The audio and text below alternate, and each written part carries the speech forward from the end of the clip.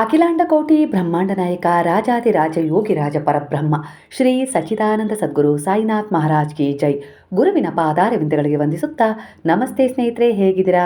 ಬಾಬಾರವರ ಅನುಗ್ರಹ ಆಶೀರ್ವಾದದಿಂದ, ನೀವು ನಂಬಿದ ದೈವಾನುಗ್ರಹ ಆಶೀರ್ವಾದದಿಂದ ನೀವು ತುಂಬ ಚೆನ್ನಾಗಿದ್ದೀರಾ ಅಂತೇಳಿ ನಾನು ಕೂಡ ಅಂದ್ಕೊಂಡಿದ್ದೀನಿ ಸ್ನೇಹಿತರೆ. ಅದೇ ಸತ್ಯವಾಗಲಿ ಅಂತೇಳಿ ಬ್ಲೆಸ್ಸಿಂಗ್ ಕೂಡ ಮಾಡ್ತೀನಿ ಸ್ನೇಹಿತರೆ. ಹಾಗಾದರೆ ಇವತ್ತಿನ ರೀಡಿಂಗಲ್ಲಿ ನಿಮ್ಮ ಈಗಿನ ಎನರ್ಜಿಗೆ ಬಾಬಾರವರ ಎನರ್ಜಿ ಅಂದರೆ ನೀವು ನಂಬಿದ ದೈವಶಕ್ತಿಗಳ ಎನರ್ಜಿ ಯಾವ ರೀತಿ ಕನೆಕ್ಟ್ ಆಗುತ್ತೆ ಅನ್ನೋದಕ್ಕಿಂತ ಮೊದಲು ನೀವು ನಿಮ್ಮ ಇಷ್ಟ ದೇವರನ್ನ ಹಾಗೆ ಗುರುವನ್ನ ಮನದಲ್ಲಿ ಸ್ಮರಣೆ ಮಾಡಿಕೊಂಡು ರೀಡಿಂಗ್ನ ನೋಡಲಿಕ್ಕೆ ಶುರು ಮಾಡಿ ಸ್ನೇಹಿತರೆ. ಎಂದಿನಂತೆ ಇದು ಒಂದು ಟೈಮ್ಲೆಸ್ ಜನರಲ್ ರೀಡಿಂಗ್ ಆಗಿರುತ್ತೆ, ಹಾಗೆ ಇದು ಕನೆಕ್ಟಿವ್ ಎನರ್ಜಿಯಲ್ಲಿರುತ್ತೆ. ಯಾವ ಸಮಯದ ಎನರ್ಜಿಯ ಪ್ರಕಾರ ನೀವು ಈ ರೀಡಿಂಗ್ನ ನೋಡ್ತಾ ಹೋಗ್ತೀರಾ, ಖಂಡಿತವಾಗಿಯೂ ನಿಮ್ಮ ಎನರ್ಜಿ ಈ ಎನರ್ಜಿಗೆ ಕನೆಕ್ಟ್ ಆಗುತ್ತೆ. ಅಂದರೆ ಈ ಒಂದು ಭಗವಂತನ ಅನುಗ್ರಹ ಆಶೀರ್ವಾದದ ಎನರ್ಜಿ ನಿಮ್ಮ ಎನರ್ಜಿಗೆ ಕನೆಕ್ಟ್ ಆಗಿ ನಿಮ್ಮನ್ನು ಹೀಲ್ ಮಾಡುತ್ತೆ, ಮುಂದೆ ಸಾಗಲಿಕ್ಕೆ ದಾರಿಯನ್ನು ತೋರಿಸುತ್ತೆ, ಹಾಗೆ ಗೈಡ್ ಕೂಡ ಮಾಡುತ್ತೆ. ಹಾಗೆ ಈಗಿನ ನಿಮ್ಮ ಮನಸ್ಸಿನ ಗೊಂದಲಗಳನ್ನು ದೂರ ಮಾಡಿ ನಿಮಗೆ ಎಲ್ಲ ಒಳ್ಳೆಯದಾಗತ್ತೆ ಅನ್ನುವ ಒಂದು ಭರವಸೆಯನ್ನಂತೂ ಖಂಡಿತವಾಗಿ ನೀಡುತ್ತೆ. ಹಾಗಾದರೆ ಓಂ ಸಾಯಿರಾಮ್ ಸ್ನೇಹಿತರೆ. ಹಾಗಾದರೆ ಮೊದಲನೇದಾಗಿ ಇಲ್ಲಿ ನಿಮಗೆ ಯಾವ ಮೆಸೇಜ್ ಸಿಗ್ತಾ ಇದೆ ಈಗಿನ ಎನರ್ಜಿಯ ಪ್ರಕಾರ ಅನ್ನೋದಾದರೆ,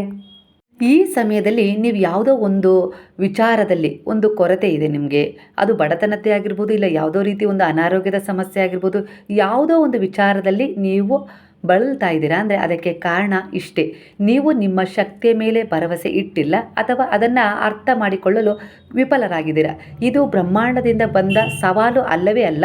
ಬ್ರಹ್ಮಾಂಡ ಪ್ರತಿಯೊಬ್ಬರಿಗೂ ಪ್ರತಿಯೊಂದು ನೀಡಲು ಬದ್ಧವಾಗಿದೆ. ಅಂದರೆ ಯಾವ ಭೇದ ಭಾವನೂ ಮಾಡೋದಿಲ್ಲ. ನೀವು ನಂಬಿದ ಗುರುವಾಗಿರ್ಬೋದು, ದೈವಶಕ್ತಿಗಳಾಗಿರ್ಬೋದು. ಆದರೆ ಅವರು ನಿಮಗೆ ಯಾವ ರೀತಿ ಒಂದು ಮೆಸೇಜನ್ನು, ಸಂದೇಶವನ್ನು, ಆಶೀರ್ವಾದವನ್ನು ಕೊಡ್ತಾ ಇರ್ತಾರಲ್ಲ, ಅದನ್ನು ನೀವು ಅರ್ಥ ಮಾಡ್ಕೊಳ್ಳೋದ್ರಲ್ಲಿ ಸ್ವಲ್ಪ ತಪ್ಪು ಮಾಡಿದ್ದೀರಾ. ಹಾಗೆ ನೀವು ನಂಬಿದ ವಿಚಾರದ ಮೇಲೆ, ಹಾಗೆ ನೀವು ನಂಬಿದ ದೈವಶಕ್ತಿಗಳ ಮೇಲೆ, ಅದು ಗುರುವೇ ಆಗಿರ್ಬೋದು, ಇನ್ನೂ ನಿಮಗೆ ಸಂದೇಹ ಇದೆ ಅನ್ನೋ ರೀತಿಯಲ್ಲಿ ಬರ್ತದೆ. ಹಾಗಾಗಿ ನಿಮ್ಮ ವಿಚಾರಗಳು ಫಲ ಪಡ್ಕೊಳ್ಳೋಕ್ಕೆ ಸ್ವಲ್ಪ ತಡ ಆಗ್ತಾಯಿದೆ, ವಿಳಂಬ ಆಗ್ತದೆ. ಆದರೆ ಇಲ್ಲಿ ನೀವು ಗುರುವಿನ ಪಾದಗಳಲ್ಲಿ ಸಮರ್ಪಣೆ ಮಾಡಿದ ವಿಚಾರಗಳು ಯಾವುದೂ ವ್ಯರ್ಥ ಆಗೋದಿಲ್ಲ. ಕಾಲಕ್ಕೆ ಸರಿಯಾಗಿ ಅವು ನಿಮ್ಮನ್ನು ಬಂದು ಸೇರ್ತವೆ. ಹೇಗೆ ಏನು ಅಂತೇಳಿ ಅವರೇ ಯೋಜನೆ ಮಾಡಿರ್ತಾರೆ. ಅಲ್ಲಿಯವರೆಗೂ ನಿಮಗೆ ಶಿಕ್ಷಣ ಬದಲಾಗಲಿಕ್ಕೆ ಅವಕಾಶ ಮಾತ್ರ ಸಿಗ್ತಾನೆ ಇರುತ್ತೆ. ಆದರೆ ನೀವು ಪ್ರತಿ ಕ್ಷಣನೂ ನಿಮ್ಮಲ್ಲಿ ಎಷ್ಟು ಒಂದು ವಿಶ್ವಾಸವನ್ನು ಬೆಳೆಸ್ಕೊಳ್ತಿರೋ, ನಿಮ್ಮನ್ನು ನೀವು ಪ್ರೀತಿಸ್ತಿರೋ, ಗೌರವಿಸ್ತಿರೋ, ಹಾಗೆ ಗುರುವಲ್ಲಿ ದೃಢವಾದ ವಿಶ್ವಾಸ ಇಡ್ತಿರೋ, ದೈವ ಶಕ್ತಿಗಳಲ್ಲಿ ಸಾಧನೆ ಮಾಡ್ತಾಯಿದ್ದೀರಾ, ಪೂಜೆ ಮಾಡ್ತಿದ್ದೀರಾ. ಆದರೆ ಎಲ್ಲೋ ಒಂದು ರೀತಿಯಲ್ಲಿ ಪರಿಸ್ಥಿತಿಯ ಒತ್ತಡ, ಇಲ್ಲ ಏನೋ ಒಂದು ರೀತಿಯ ನೋವು, ಇವೆಲ್ಲ ನಿಮ್ಮ ನಂಬಿಕೆನ ಎಲ್ಲೋ ಒಂದು ರೀತಿಯಲ್ಲಿ ಅಲುಗಾಡಿಸ್ತಾ ಇದ್ದಾವೆ, ಸಂದೇಹಕ್ಕೆ ಒಳಪಡಿಸ್ತಾ ಇದ್ದಾವೆ. ಹಾಗಾಗಿ ನೀವು ಅಂದ್ಕೊಂಡಿರೋ ವಿಚಾರದಲ್ಲಿ ತಕ್ಷಣವೇ ಫಲ ಸಿಗ್ತಾ ಇಲ್ಲ. ಅಂದರೆ ನೀವು ಅದನ್ನು ಸರಿಯಾಗಿ ಅರ್ಥ ಮಾಡ್ಕೊಳ್ಳೋವರೆಗೂ ಆ ಫಲ ವಿಳಂಬ ಆಗ್ತಾನೆ ಹೋಗುತ್ತೆ ಅನ್ನೋ ರೀತಿಯಲ್ಲಿ ಬರ್ತಾ ಇದೆ. ಅಂದರೆ ಸಂಪೂರ್ಣವಾಗಿ ನೀವು ಅವರಿಗೆ ಸರೆಂಡರ್ ಆಗಬೇಕು. ಅದು ಯಾವ ದೈವ ಶಕ್ತಿಗೆ ನೀವು ಮೊರೆ ಹೋಗಿರ್ತೀರಲ್ಲ, ಆ ದೈವ ಶಕ್ತಿಯ ಮೇಲೆ ನಿಮಗೆ ಒಂದು ಕೊಂಚ ಕೂಡ ಹುಲ್ಲು ಕಡ್ಡಿಯ ಜರುಗುವಷ್ಟು ಕೂಡ ನಿಮಗೆ ಅನುಮಾನ, ಸಂದೇಹ ಇರಬಾರ್ದು. ಪೂರ್ಣ ಸಮರ್ಪಣಾ ಭಾವವನ್ನು, ಶರಣಾಗತಿಯ ಭಾವವನ್ನು ಸರೆಂಡರ್ ಅಂತಾರೆ. ಆಗ ನೀವು ಆ ಪರಿಸ್ಥಿತಿಯಲ್ಲಿ ಎಂಥದೇ ದುಃಖ, ನೋವು ಏನೇ ಅನುಭವಿಸ್ತಾ ಇದ್ರೂ ನೀವು ಶರಣಾಗತರಾದರೆ ಖಂಡಿತವಾಗಿಯೂ ಆ ಶರಣಾಗತ ವತ್ಸಲ ನಿಮ್ಮನ್ನು ಕಾಪಾಡ್ತಾರೆ ಅನ್ನೋ ರೀತಿಯಲ್ಲಿ ಬರ್ತಾ ಇದೆ. ಇಲ್ಲಿ ಕೆಲವರ ಎನರ್ಜಿಯ ಪ್ರಕಾರ ಈ ಸಮಯದಲ್ಲಿ ನೀವು ಯಾವ ನೋವುಗಳನ್ನು, ಯಾವ ಸಮಸ್ಯೆಗಳನ್ನು ಎದುರಿಸ್ತಾ ಇದ್ದೀರಲ್ಲ, ಆ ಪರಿಸ್ಥಿತಿ ಒಂದು ಪಾಠವಾಗಿದ್ದಾವೆ. ಅದನ್ನು ವಿರೋಧಿಸದೆ ಸ್ವೀಕರಿಸಿದರೆ, ಅಂದರೆ ಅವುಗಳಿಂದ ತಪ್ಪಿಸಿಕೊಂಡು ಹೋಗೋದಾಗಿರ್ಬೋದು, ಕಣ್ಮರೆಯಾಗೋದಾಗಿರ್ಬೋದು, ಇಲ್ಲ ಅಂದರೆ ನನ್ನಿಂದ ಆಗಲ್ಲ ಅನ್ನೋ ರೀತಿಯಲ್ಲಿ ದುರ್ಬಲತೆಗೆ ಜಾರೋದಾಗಿರ್ಬೋದು. ಈ ರೀತಿ ಮಾಡಬಾರ್ದು. ಧೈರ್ಯವಾಗಿ ಆ ಪರಿಸ್ಥಿತಿಯನ್ನು ನೀವು ಎದುರಿಸಲೇಬೇಕು. ಆಗ ನಿಮ್ಮ ಶಕ್ತಿ, ಅಂದರೆ ಆ ಗುರುವಿನ ಶಕ್ತಿಯ ಒಂದು ಎನರ್ಜಿಗೆ ಕನೆಕ್ಟ್ ಆಗುತ್ತೆ. ಅಂದರೆ ಅವರ ಒಂದು ಪ್ರವಾಹ ಶಕ್ತಿ ನಿಮ್ಮ ಮೇಲೆ ಹರಿದು ಬಂದು ನೀವು ಸರಿಯಾಗಿ ಒಂದು ತೀರ್ಮಾನವನ್ನು ತಗೊಳ್ಳೋಕ್ಕೆ, ಅದರಿಂದ ಮುಕ್ತಿಯನ್ನು ಪಡ್ಕೊಳ್ಳೋಕ್ಕೆ ದಾರಿ ಕಂಡುಕೊಡುತ್ತೆ ಅನ್ನೋ ರೀತಿಯಲ್ಲಿ ಬರ್ತಾ ಇದೆ. ಯಾಕಂದರೆ ನೀವು ಅಂದ್ಕೊಂಡಿರ್ಬೋದು ಈ ಸಮಯದಲ್ಲಿ ನಾನು ಒಂಟಿ ಅದನ್ನು ಎದುರಿಸಲಿಕ್ಕೆ ಸಾಧ್ಯ ಇಲ್ಲ ಅಂತೇಳಿ. ಆದರೆ ನೀವು ಒಂಟಿ ಆಗಲಿಕ್ಕೆ ಸಾಧ್ಯನೇ ಇಲ್ಲ. ಯಾಕಂದರೆ ನಿಮ್ಮೊಳಗೆ ಒಂದು ಆತ್ಮ ಇದೆ. ಆತ್ಮದ ಶಕ್ತಿ, ಅಂದರೆ ಆತ್ಮ ಎಲ್ಲಿವರೆಗೂ ಇರುತ್ತೋ ಅಲ್ಲಿ ಪರಮಾತ್ಮನ ವಾಸ ಇದ್ದೇ ಇರುತ್ತೆ. ಹಾಗಾಗಿ ನೀವು ಒಂಟಿ ಆಗಲಿಕ್ಕೆ ಸಾಧ್ಯನೇ ಇಲ್ಲ. ನೀವು ಅಂದ್ಕೊಳ್ತಾ ಇದ್ದೀರಾ ಅಷ್ಟೇ. ಆ ಎನರ್ಜಿಯನ್ನು ನೀವೇ ಫೀಲ್ ಮಾಡ್ತಾ ಇದ್ದೀರಾ, ನಾನು ಒಂಟಿ ಅಂತೇಳಿ. ನೀವು ಒಂಟಿ ಅಲ್ಲೇ ಅಲ್ಲ.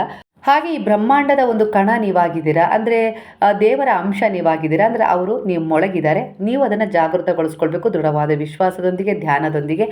ಆಗ ಆ ಫೀಲ್ ಮಾಡಿದಾಗ ಆ ಎನರ್ಜಿ ನಿಮ್ಮಲ್ಲಿ ಒಂದು ಧೈರ್ಯವಾಗಿ, ಆತ್ಮವಿಶ್ವಾಸವಾಗಿ ನಾನು ಎದುರಿಸ್ತೀನಿ, ಇವತ್ತೇ ಇದನ್ನು ತೀರ್ಮಾನ ಮಾಡಿಬಿಡೋಣ ಅನ್ನೋ ರೀತಿಯಲ್ಲಿ ನಿಮ್ಮಿಂದಲೇ ಕಾರ್ಯನಿರ್ವಹಿಸುತ್ತೆ. ಅಂದರೆ ನಿಮ್ಮೊಳಗಿನಿಂದಲೇ ಆ ಗುರುವು, ಆ ದೈವಶಕ್ತಿಗಳು ಕಾರ್ಯನಿರ್ವಹಿಸ್ತಾರೆ ಅನ್ನೋ ರೀತಿಯಲ್ಲಿ ಬರ್ತಾ ಇದೆ. ಹಾಗಾಗಿ ಧೃತಿಗೆಡಬೇಡಿ.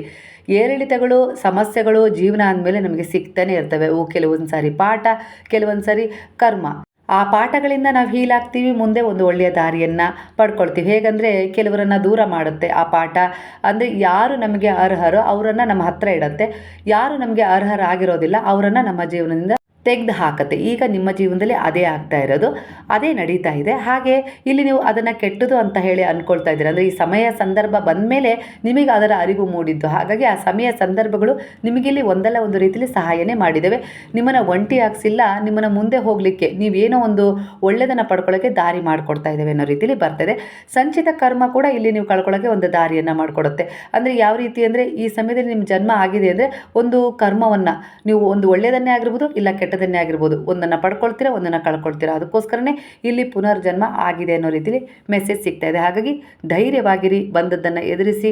ಜೀವನದಲ್ಲಿ ನಿಮಗೆ ಎಷ್ಟೇ ಬುದ್ಧಿವಂತಿಕೆ ಇದೆ ಅಂತೇಳಿ ನೀವು ಅಂದ್ಕೊಂಡ್ರು ಗುರುವಿಗೆ ಶರಣಾಗದೆ ಆ ಬುದ್ಧಿವಂತಿಕೆ ಕೆಲಸ ಮಾಡೋದಿಲ್ಲ, ಸಮರ್ಪಕವಾಗಿ ನಿಮಗೆ ಬೇಕಾದದ್ದನ್ನು ತಂದುಕೊಡೋದಿಲ್ಲ ಅನ್ನೋ ರೀತಿಯಲ್ಲಿ ಬರ್ತದೆ. ಅಂದರೆ ನನಗೆ ತುಂಬ ಬುದ್ಧಿ ಇದೆ ಅಂಥೇಳಿ ಅಹಂಕಾರದಿಂದ ವರ್ತನೆ ಮಾಡೋದಕ್ಕಿಂತ ಆ ಅಹಂಕಾರವನ್ನು ಒಂದು ನಮ್ರತಾ, ಒಂದು ವಿನಮ್ರ ಗುಣದೊಂದಿಗೆ ಅದನ್ನು ಗುರುವಿನಲ್ಲಿ ಶರಣಾಗಿಸಿ, ನೀವೇ ನನಗೆಲ್ಲವನ್ನು ಕೊಟ್ಟಿದ್ದೀರಾ, ಅದನ್ನು ನಿರ್ವಹಿಸುವ ಒಂದು ಒಳ್ಳೆಯ ದಾರಿಯಲ್ಲಿ ತೆಗೆದುಕೊಂಡು ಹೋಗುವ ಶಕ್ತಿಯನ್ನು ಕೂಡ ನೀವೇ ಕೊಡಿ ಅನ್ನೋ ರೀತಿಯಲ್ಲಿ ನೀವು ಮಾರ್ಗದರ್ಶನವನ್ನು ಅವರಿಂದ ಕೇಳಿದರೆ ಅದು ಬ್ಲೆಸ್ಸಿಂಗ್ ಮೂಲಕ ನಿಮಗೆ ಸಿಗ್ತಾ ಹೋಗುತ್ತೆ. ಹಾಗಾಗಿ ಯಾರೋ ಏನೋ ಮಾಡಿಬಿಡ್ತಾರೆ, ಇಲ್ಲ ನಿಮ್ಮ ಹಿಂದಿನ ಜೀವನದ ಒಂದು ಹಳೆಯ ನೋವಿನ ನೆನಪುಗಳನ್ನು, ಆ ಭಯಗಳನ್ನು ನೀವು ಎಲ್ಲಿಯವರೆಗೂ ಹಿಡಿದಿಟ್ಕೊಂಡಿರ್ತೀರೋ ಹೊಸ ಆಶೀರ್ವಾದಗಳು ಒಳಗೆ ಬರಲು ಸ್ಥಳವಿಲ್ಲದಂತ ಆಗುತ್ತದೆ ಅನ್ನೋ ರೀತಿಯಲ್ಲಿ ಬರ್ತದೆ. ಹಾಗಾಗಿ ಆ ವಿಚಾರಗಳನ್ನು ನೀವು ಬಿಡಬೇಕು, ಮುಂದೆ ಹೋಗಬೇಕು. ಖಂಡಿತವಾಗಿಯೂ ನಿಮಗೆ ಜೀವನ ಹೊಸ ದಾರಿಯನ್ನು ತೋರಿಸುತ್ತೆ ಅನ್ನೋ ರೀತಿಯಲ್ಲಿ ಬರ್ತದೆ. 1.5 ತಿಂಗಳಿಂದ ನಿಮ್ಮ ಹೃದಯ ಅಂದರೆ ನಿಮ್ಮ ಮನಸ್ಸು ಒಂದು ಶಾಂತಿ ಮತ್ತು ಒಂದು ಸ್ಪಷ್ಟತೆ, ಒಂದು ಸತ್ಯದ ದಾರಿಯನ್ನು ಹುಡುಕ್ತಾ ಇದೆ. ಆದರೆ ಈ ಸಮಯದಲ್ಲಿ ಅದು ನಿಮಗೆ ಭೌತಿಕವಾಗಿ ಸಿಗ್ತಾ ಇಲ್ಲ. ಆದರೆ ಒಳಗಿನ ನಿಮ್ಮೊಳಗಿನ ದೈವದ ಧ್ವನಿಯನ್ನು, ಗುರುವಿನ ಧ್ವನಿಯನ್ನು ಕೇಳಿ ಸ್ವಲ್ಪ ಶಾಂತವಾಗಿ ಧ್ಯಾನಕ್ಕೆ ಶರಣಾಗಿ. ಆಗ ಆ ಗುರುವು ನಿಮಗೆ ತಪ್ಪಿನ ದಾರಿಯನ್ನು ತೋರಿಸೋದಿಲ್ಲ, ಎಲ್ಲ ಸರಿ ಆಗತ್ತೆ ಅನ್ನೋ ರೀತಿಯಲ್ಲಿ ಮೆಸೇಜ್ ಬರ್ತಾ ಇದೆ.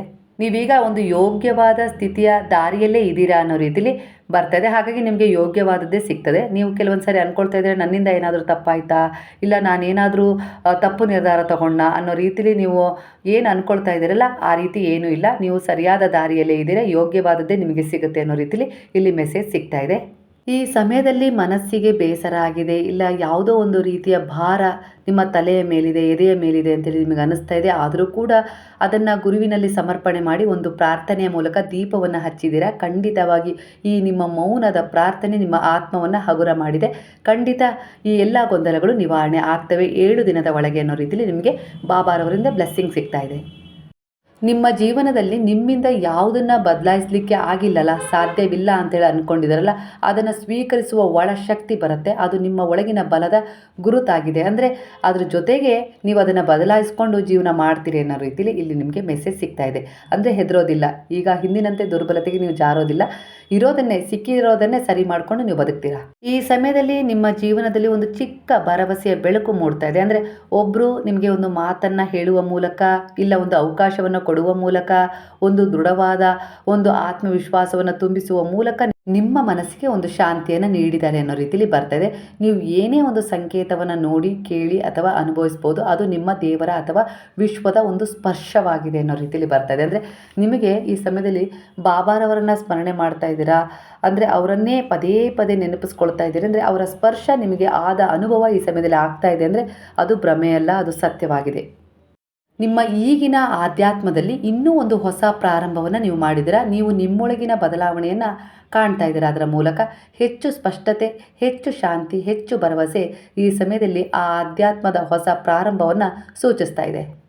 ಈ ವಾರ ನಿಮ್ಮ ಆತ್ಮ ಶುದ್ಧೀಕರಣಗೊಳ್ತಾ ಇದೆ ಇನ್ನೂ ಹೆಚ್ಚು. ಹಾಗೆ ದೈವಿಕ ದಾರಿ ಕೂಡ ನಿಮಗೆ ಸಿಗ್ತದೆ. ಮತ್ತು ಹೊಸದೊಂದು ಅರಿವನ್ನು ಪಡಿತೀರಾ. ಹಾಗೆ ಶ್ರದ್ಧೆಯಿಂದ ನೀವು ನಿಮ್ಮ ಕೆಲಸದಲ್ಲಿ ಮುಂದೆ ಹೋಗ್ತೀರಾ ಅನ್ನೋ ರೀತಿಯಲ್ಲಿ ಬರ್ತಾ ಇದೆ.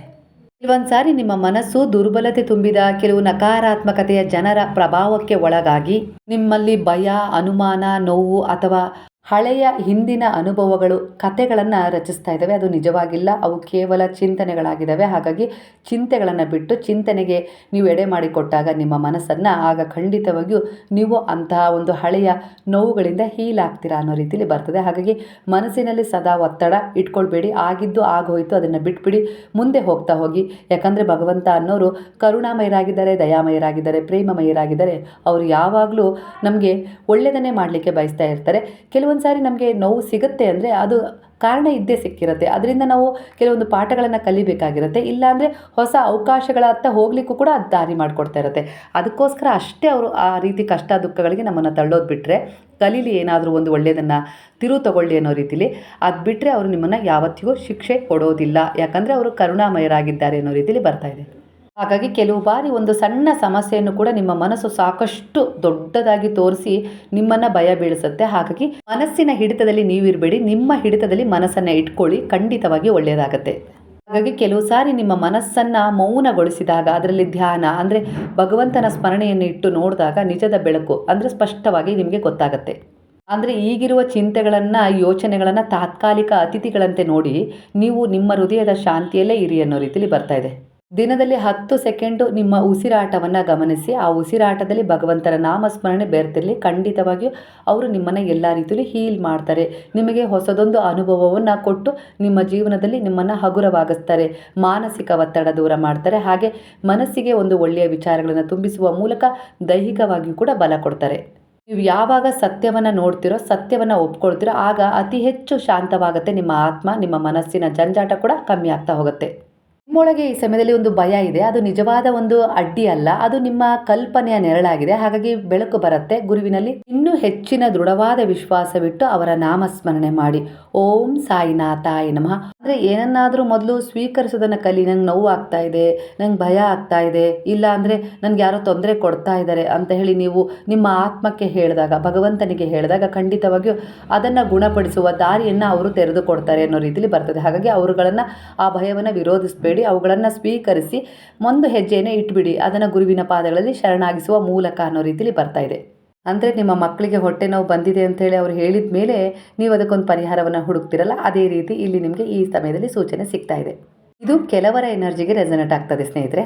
ನಿಮ್ಮೊಳಗಿನ ಹಳೆಯ ನೋವಿದೆ, ಒಂದು ನಿರಾಶೆ ಇದೆ, ಅಥವಾ ಅನುಭವ ಇಂದಿನ ಭಯಕ್ಕೆ ಕಾರಣವಾಗಿದೆ. ಅದನ್ನು ಹಿಡಿದಿಟ್ಕೊಳ್ಬೇಡಿ. ಖಂಡಿತವಾಗಿಯೂ ನೀವು ನಿಮ್ಮ ಮಕ್ಕಳ ವಿಚಾರದಲ್ಲಿ ಒಂದು ಏನು ಭಯವನ್ನು ಇಟ್ಕೊಂಡಿದ್ರಲ್ಲ ಅದನ್ನು ಬಿಡಿ. ಗುರುವಿನ ಪಾದಗಳಲ್ಲಿ ಶರಣಾಗಿಸಿ.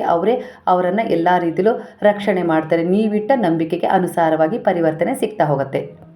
ನಿಮ್ಮ ಆತ್ಮ ಈಗ ಮೂಲತಃ ಬಲಶಾಲಿಯಾಗಿದೆ. ಭಗವಂತನ ಕೃಪೆಯಿಂದ ಸಂರಕ್ಷಿಸಲ್ಪಟ್ಟಿದೆ. ನಿಮ್ಮ ಈಗಿನ ಮನೋಬಲ ಮತ್ತು ಧೈರ್ಯ, ನಿಮ್ಮೊಳಗೆ ಹುಟ್ಟಿರುವ ಧೈರ್ಯ ಅಪ್ರತಿಮವಾಗಿದೆ. ನೀವು ಬೇಡ ಅಂದರೂ ಕೂಡ ನಿಮ್ಮ ಜೀವನದಲ್ಲಿ ಒಂದು ನಾಯಕತ್ವವನ್ನು ನೀವು ಪಡ್ಕೊಳ್ತೀರಾ. ನಿಮಗೆ ಈ ಸಮಯದಲ್ಲಿ ಕಾರ್ಮಿಕ ರಕ್ಷಣಾ ಶಕ್ತಿಯ ಬೆಂಬಲ ಇರೋದರಿಂದ ನಿಮ್ಮ ಪೂರ್ವ ಜನ್ಮದ ಪುಣ್ಯ ಈ ಜನ್ಮದಲ್ಲಿ ನಿಮಗೆ ಕಾಣದ ರೀತಿಯಲ್ಲಿ ಸಹಾಯ ಮಾಡ್ತಾ ಇದೆ. ಅಂದರೆ ನಿಮ್ಮ ಜೀವನದಲ್ಲಿ ಅನಿರೀಕ್ಷಿತವಾಗಿ ಏನೋ ಒಂದು ತೊಂದರೆ ಆಗಬೇಕಾಗಿತ್ತು, ನಷ್ಟ ಬಹಳ ದೊಡ್ಡದ್ದೇ ಆಗಬೇಕಾಗಿತ್ತು. ಆದರೆ ದೈವ ಯೋಜನೆ ಇದೆ. ಹಾಗಾಗಿ ಅಂದರೆ ನಿಮ್ಮ ಜೊತೆ ದೈವ ಬಲ ಇರೋದ್ರಿಂದ, ಪುಣ್ಯದ ಫಲ ಇರೋದ್ರಿಂದ ಈ ಸಮಯದಲ್ಲಿ ಅದರಿಂದ ನೀವು ಪಾರಾಗಿದ್ದೀರಾ ಅನ್ನೋ ರೀತಿಯಲ್ಲಿ ಬರ್ತಾ ಇದೆ. ಈಗ ನೀವು ಮನೆಗೆ ಬೇಗ ಬರ್ತಾ ಇದ್ದೀರಾ, ಕೆಲಸ ಮುಗಿಸಿ. ಅಂದರೆ ನಿಮ್ಮ ಮಕ್ಕಳನ್ನು ಗಮನಿಸ್ತಾ ಇದ್ದೀರಾ, ಕುಟುಂಬದ ಮೇಲೆ ಸ್ವಲ್ಪ ಕಾಳಜಿಯನ್ನು ತೋರಿಸ್ತಾ ಇದ್ದೀರಾ. ಎಲ್ಲೋ ಒಂದು ರೀತಿಯಲ್ಲಿ ನಿಮ್ಮಲ್ಲಾದ ಈ ಬದಲಾವಣೆ ಖಂಡಿತ ನಿಮ್ಮ ಮನೆಯಲ್ಲಿ ನೆಮ್ಮದಿ, ಸಮಾಧಾನ ಮತ್ತು ಒಂದು ಪ್ರೀತಿಯ ಭಾವನಾತ್ಮಕ ಒಂದು ಬೆಳಕನ್ನು ಮೂಡಿಸ್ತಾ ಇದೆ ಅನ್ನೋ ರೀತಿಯಲ್ಲಿ ಕೂಡ ಇಲ್ಲಿ ಕೆಲವರ ಎನರ್ಜಿಯ ಪ್ರಕಾರ ಕಾಣಿಸ್ತಾ ಇದೆ. ಈ ತಿಂಗಳಲ್ಲಿ ನಿಮ್ಮ ಮಾತು, ಚಿಂತನೆ ಮತ್ತು ನಿರ್ಧಾರಗಳ ಪ್ರಭಾವ ಹೆಚ್ಚಿರುತ್ತೆ. ನಿಮ್ಮ ಮಾರ್ಗದರ್ಶನ ಬೇಕು ಅಂತ ಹೇಳಿ ಕೆಲವರು ನಿಮ್ಮನ್ನು ಕೇಳ್ತಾರೆ ಅನ್ನೋ ರೀತಿಯಲ್ಲೂ ಕೂಡ ಇಲ್ಲಿ ಮೆಸೇಜ್ ಸಿಗ್ತಾ ಇದೆ. ಅದು ನಿಮ್ಮ ಒಂದು ದೃಢವಾದ ನಿರ್ಧಾರಕ್ಕೆ ಸಿಕ್ಕ ಪ್ರತಿಫಲ, ಒಂದು ಗೌರವ, ಆದರ ಆಗಿದೆ ಅನ್ನೋ ರೀತಿಯಲ್ಲೂ ಕೂಡ ಇಲ್ಲಿ ಒಂದು ಸೂಚನೆ ಸಿಗ್ತಾ ಇದೆ. ನಿಮ್ಮ ಜೀವನದಲ್ಲಿ ಕೆಲವು ಪ್ರೇಮದ ವಿಚಾರದಲ್ಲಾಗಿರ್ಬೋದು, ವೈಯಕ್ತಿಕ ಸಂಬಂಧಗಳಲ್ಲಾಗಿರ್ಬೋದು ಭಿನ್ನಾಭಿಪ್ರಾಯಗಳು ದೂರವಾಗ್ತವೆ. ನೀವು ಆ ಸಂಬಂಧಗಳನ್ನು ಅರ್ಥ ಮಾಡಿಕೊಂಡು ಗೌರವಿಸಿ. ಅಂದರೆ ನಾನೇ ಹೆಚ್ಚು ಅನ್ನೋದಕ್ಕಿಂತ ಎಲ್ಲರೂ ಸೇರಿ ನಾವು ಕುಟುಂಬವನ್ನು ನಿರ್ವಹಿಸ್ತಾ ಇರೋದಕ್ಕೆ ಅದು ಅಷ್ಟು ಸುಲಭವಾಗಿ ಮುಂದೆ ಒಳ್ಳೆ ರೀತಿಯಲ್ಲಿ ಹೋಗ್ತಾ ಇದೆ ಅನ್ನುವ ವಾಸ್ತವ ಸತ್ಯವನ್ನು ನೀವು ಅರ್ಥ ಮಾಡ್ಕೊಂಡ ತಕ್ಷಣ ನಿಮಗೆ ಅಲ್ಲಿ ಎಲ್ಲವೂ ಸರಿಯಾಗಿ, ಎಲ್ಲವೂ ಶುಭವಾಗಿ, ಎಲ್ಲವೂ ಒಳ್ಳೆಯ ರೀತಿಯಲ್ಲಿ ಕಾಣಿಸ್ಲಿಕ್ಕೆ ಶುರುವಾಗುತ್ತೆ. ಹಾಗಾಗಿ ನಿಮ್ಮ ನೋಡುವ ದೃಷ್ಟಿಕೋನವನ್ನಷ್ಟೇ ಬದಲಾಯಿಸಬಾರ್ದು, ನೀವು ಅದಕ್ಕೆ ಅದರದ್ದೇ ಆದ ಒಂದು ಮಹತ್ವವನ್ನು ಕೂಡ ಕೊಡಬೇಕು. ಕಾಮಗಾರಿಯಲ್ಲಿ ಹೊಸ ಅವಕಾಶ ಸಿಗ್ತಾ ಇದೆ. ಒಪ್ಪಂದ ಅಂದರೆ ಬಾಕಿ ಕೆಲಸ ಇತ್ತಲ್ಲ, ಅದರ ಒಪ್ಪಂದ ಮಾಡ್ಕೊಂಡಿದ್ರಲ್ಲ, ಅದು ಖಂಡಿತವಾಗಿ ಈ ತಿಂಗಳಲ್ಲಿ ಮುಕ್ತಾಯವಾಗುತ್ತೆ. ಸ್ಥಿರತೆ ಹೆಚ್ಚಾಗುತ್ತೆ. ಏನು ಹಣ ನಿಂತಿತ್ತಲ್ಲ ಅದು ಮರಳಿ ಬರುತ್ತೆ. ನೀವು ನಿಮ್ಮ ದೇಹ ಮತ್ತು ಮನಸ್ಸನ್ನು ಸಂರಕ್ಷಿಸಲು ಪ್ರೇರಣೆಗೊಳ್ಳುವ ದಿನ ಇದಾಗಿದೆ. ಅಂದರೆ ಈ ತಿಂಗಳಲ್ಲಿ ನೀವು ಹೆಚ್ಚು ನಿಮ್ಮ ದೇಹ ಮನಸ್ಸನ್ನು ಸಂರಕ್ಷಿಸಲಿಕ್ಕೆ ಆಧ್ಯಾತ್ಮಿಕ ಕಡೆ ಹೋಗ್ತೀರಾ. ಅಂದರೆ ನಿಮ್ಮ ಒಳಗಿನಿಂದಲೇ ಶಕ್ತಿ ಪುನರ್ ನಿರ್ಮಾಣವಾಗ್ತಾ ಇದೆ. ಈಗಿನ ಸಮಯದಲ್ಲಿ ನೀವು ತೆಗೆದುಕೊಳ್ಳುವ ನಿರ್ಧಾರ ನಿಮ್ಮ ಮನೋಬಲದಿಂದ ಒಂದು ಅಡೆತಡೆ ನಿವಾರಣೆ ಆಗ್ತಾ ಇದೆ. ಈ ಬಾರಿ ನೀವು ಹಿಂದಿನಂತೆ ಅಲ್ಲ, ಹೆಚ್ಚು ಜಾಣ್ಮೆ, ಹೆಚ್ಚು ಸ್ಥಿರತೆಯನ್ನು, ಆತ್ಮವಿಶ್ವಾಸ ಹೊಂದಿ ಮಾಡ್ತಾ ಇರೋದ್ರಿಂದ ನಿಮಗೆ ದೈವ ಬಲದ ರಕ್ಷಣೆಯಿಂದ ಆ ಒಂದು ಅಡೆತಡೆ ನಿವಾರಣೆ ಖಂಡಿತ ಆಗತ್ತೆ. ನೀವು ಮುಂದೆ ಹೋಗ್ತೀರಾ ಅನ್ನೋ ರೀತಿಯಲ್ಲಿ ವಿಚಾರ ರೆಸನೇಟ್ ಆಗ್ತಿದೆ. ಇದು ನಿಮ್ಮ ಶ್ರಮಕ್ಕೆ, ನಿಮ್ಮ ಒಂದು ಭಾವನಾತ್ಮಕ ಒಂದು ಸಂಪರ್ಕಕ್ಕೆ ಸಿಗ್ತಾ ಇರುವ, ಅಂದರೆ ದೈವಿ ಒಂದು ಶಕ್ತಿಗಳ ಸಂಪರ್ಕಕ್ಕೆ ನೀವು ಹೋಗಿರೋದ್ರಿಂದ ಅಲ್ಲಿಂದ ನಿಮಗೆ ಈ ಒಂದು ಬ್ಲೆಸ್ಸಿಂಗ್ ಸಿಗ್ತಾ ಇರೋದು. ನಿಮ್ಮ ಎದುರಾಳಿಗಳು ಯಾವುದೋ ಒಂದು ಲಾಭದ ವಿಚಾರವನ್ನು ಇಟ್ಟು, ಇಲ್ಲ ಒಂದು ಕೆಟ್ಟ ಯೋಜನೆಯನ್ನು ಹಾಕಿ ನಿಮ್ಮ ಎದುರಿಗೆ ಬರ್ತಾ ಇದ್ರಲ್ಲ, ಆ ಎದುರಾಳಿಗಳು ತನ್ನಿಂದ ತಾನೇ ದೂರವಾಗ್ತಾರೆ ಅನ್ನೋ ರೀತಿಲಿ ಇಲ್ಲಿ ನಿಮಗೆ ಭಗವಂತನಿಂದ ಸೂಚನೆ ಸಿಗ್ತಾ ಇದೆ. ನೀವು ನಿಂತಿರುವ ಮಾರ್ಗಕ್ಕೆ ರಕ್ಷಣೆ, ದೈವಿಕ ಶಕ್ತಿಯ ಬೆಂಬಲ ಇರೋದ್ರಿಂದ, ನಿಮ್ಮ ಒಂದು ಔರ ಪರಿಶುದ್ಧವಾಗಿರೋದ್ರಿಂದ, ಪ್ರಭಾಮಂಡಲ ಜಾಗೃತವಾಗಿರೋದ್ರಿಂದ ನಿಮ್ಮ ಸುತ್ತ ಒಂದು ನಕಾರಾತ್ಮಕ ಎನರ್ಜಿ ಪ್ರವಹಿಸ್ತಾ ಇಲ್ಲ. ಈ ಸಮಯದಲ್ಲಿ ಸಕಾರಾತ್ಮಕ ಎನರ್ಜಿ ಹೆಚ್ಚಿರೋದ್ರಿಂದ ನಿಮ್ಮ ಎದುರಾಳಿಗಳು ತನ್ನಿಂದ ತಾನೇ ಹಿಂದೆ ಸರಿತಾರೆ. ನಿಮ್ಮ ಸಂಘರ್ಷ, ನಿಮ್ಮ ಹೋರಾಟದ ಜೊತೆಯೇ ನಿಮ್ಮ ತಾಳ್ಮೆ, ಸಂಯಮ ನಿಮ್ಮನ್ನು ವಿಜಯದ ದಾರಿಗೆ ತಲುಪಿಸ್ತಾ ಇದೆ. ಅಂದರೆ ನಿಮಗೆ ಖಂಡಿತ ನೀವು ಅಂದ್ಕೊಂಡಿರೋ ವಿಚಾರದಲ್ಲಿ ನ್ಯಾಯ ಸಿಗುತ್ತೆ, ವಿಜಯ ನಿಮ್ಮ ಕಡೆಯೇ ಆಗುತ್ತೆ. ಈ ಸಮಯದಲ್ಲಿ ನಿಮ್ಮ ಒಂದು ವೃತ್ತಿಯಲ್ಲಾಗಿರ್ಬೋದು, ನಿಮ್ಮ ಜೀವನದಲ್ಲಾಗಿರ್ಬೋದು, ಕೆಲವು ಶತ್ರುಗಳ ಕಣ್ಣು, ಅಡ್ಡಿ ಅಥವಾ ವಿರೋಧ ಇದ್ದರೂ ಕೂಡ ದೈವಶಕ್ತಿ ನಿಮ್ಮ ಬೆನ್ನಿಗೆ ಒಂದು ಶಕ್ತಿಯಾಗಿ ಬಲವಾಗಿ ನಿಂತಿದೆ. ಹಾಗಾಗಿ ಹೆದರೋದು ಬೇಡ. ಇಲ್ಲಿ ಯಾರೋ ಏನು ಅಂತಾರೆ ಅನ್ನೋದಕ್ಕಿಂತ, ಮಾಡ್ತಾರೆ ಅನ್ನೋದಕ್ಕಿಂತ ಭಗವಂತನ ರಕ್ಷಣೆಯಲ್ಲಿ ನಾನು ಇದ್ದೀನಿ ಅನ್ನುವ ವಿಶ್ವಾಸ ನಿಮ್ಮನ್ನು ಗೆಲ್ಲಿಸುತ್ತೆ. ಹಾಗಾಗಿ ಅದೇ ವಿಶ್ವಾಸದಲ್ಲಿಡಿ. ಕೆಲವು ಜನರನ್ನು, ಕೆಲವು ವಿಚಾರಗಳನ್ನು ಇಗ್ನೋರ್ ಮಾಡಿ ನೀವು ಜೀವನದಲ್ಲಿ ಮುಂದೆ ಹೋದಷ್ಟು ದೇವರ ಆಶೀರ್ವಾದ ನಿಮಗೆ ಹಂತ ಹಂತವಾಗಿ ಸಿಗ್ತಾ ಹೋಗುತ್ತೆ. ಮಾರ್ಗದರ್ಶನದ ರೂಪದಲ್ಲಿ ಒಂದು ಶಕ್ತಿಯಾಗಿ, ಆತ್ಮವಿಶ್ವಾಸವಾಗಿ, ಮುಂದಿನ ಭವಿಷ್ಯವಾಗಿ ಅನ್ನೋ ರೀತಿಯಲ್ಲಿ ಬರ್ತಾ ಇದೆ ಎನರ್ಜಿ. ನಿಮ್ಮ ಕನಸಿನಲ್ಲಿ ಪ್ರಕೃತಿ, ಹರಿಯುವ ನೀರು, ನಿಮ್ಮ ಹಿರಿಯರು, ಪೂರ್ವಜರು, ತೀರಿ ಹೋದವರು ಕಾಣಿಸ್ತಾ ಇದ್ದಾರೆ. ಅಂದರೆ ಖಂಡಿತವಾಗಿ ಮುಂದೆ ಯಾವುದೋ ಒಂದು ವಿಶೇಷವಾದ ಒಂದು ಪರಿವರ್ತನೆ ನಿಮಗೆ ಸಿಗುತ್ತೆ. ಒಂದು ಅಂದ್ಕೊಂಡ ಕೆಲಸದಲ್ಲಿ ನೀವು ವಿಜಯ ಸಾಧಿಸ್ತೀರಾ ಅನ್ನೋ ರೀತಿಯಲ್ಲಿ ಬರ್ತಾ ಇದೆ. ನಿಮ್ಮ ಮನಸ್ಸಲ್ಲಿ ಈ ಸಮಯದಲ್ಲಿ ಒಂದು ಆಯ್ಕೆ ಅಥವಾ ಒಂದು ತೀರ್ಮಾನವನ್ನು ಯೋಚಿಸ್ತಾ ಇದ್ದೀರಾ. ಖಂಡಿತವಾಗಿ ಈ ಸಮಯ ಸರಿಯಾದ ಉತ್ತರ ನಿಮ್ಮ ಒಳಗಿನಿಂದಲೇ ಕೊಡುತ್ತೆ ಅನ್ನೋ ರೀತಿಯಲ್ಲಿ ಬರ್ತದೆ. ಅದರ ಆಧಾರದ ಮೇಲೆ ನಿರ್ಧಾರವನ್ನು ತಗೊಳ್ಳಿ. ಒಂದು ಪ್ರೀತಿಯ ಅಥವಾ ವೈಯಕ್ತಿಕ ಸಂಬಂಧದಲ್ಲಿ ಇದ್ದ ಒಂದು ಗೊಂದಲ ಈ ತಿಂಗಳಲ್ಲಿ ಪರಿಹಾರ ಆಗತ್ತೆ. ವಿದೇಶ ಪ್ರವಾಸದ ಒಂದು ಸೂಚನೆ ಕೂಡ ಇಲ್ಲಿ ನಿಮಗೆ ಸಿಗ್ತಾ ಇದೆ. ಓದಿನ ವಿಚಾರದಲ್ಲಾಗಿರ್ಬೋದು, ಇಲ್ಲ ಒಂದು ಕೆಲಸದ ವಿಚಾರದಲ್ಲಾಗಿರ್ಬೋದು, ಖಂಡಿತ ಆ ಯೋಗ ಇದೆ ಅನ್ನೋ ರೀತಿಯಲ್ಲಿ ಕೂಡ ಬರ್ತಾ ಇದೆ. ಆದರೆ ಕೆಲವು ಅಡೆತಡೆಗಳು ಉಂಟಾಗ್ತಾ ಇದ್ದಾವೆ. ಅಂದರೆ ಅಲ್ಲಿ ಏನೋ ಒಂದು ಸಮಯ ಸರಿ ಇಲ್ಲ, ಇಲ್ಲವೇ ನಿಮಗೆ ಏನೋ ಒಂದು ತಿಳಿಸಿ ಹೇಳಿ ಕಳಿಸುವ ಒಂದು ಸಮಯ ಇಲ್ಲಿ ಆಯ್ಕೆ ಆಗ್ತಾ ಇದೆ ಅನ್ನೋ ರೀತಿಯಲ್ಲಿ ಬರ್ತಾ ಇದೆ.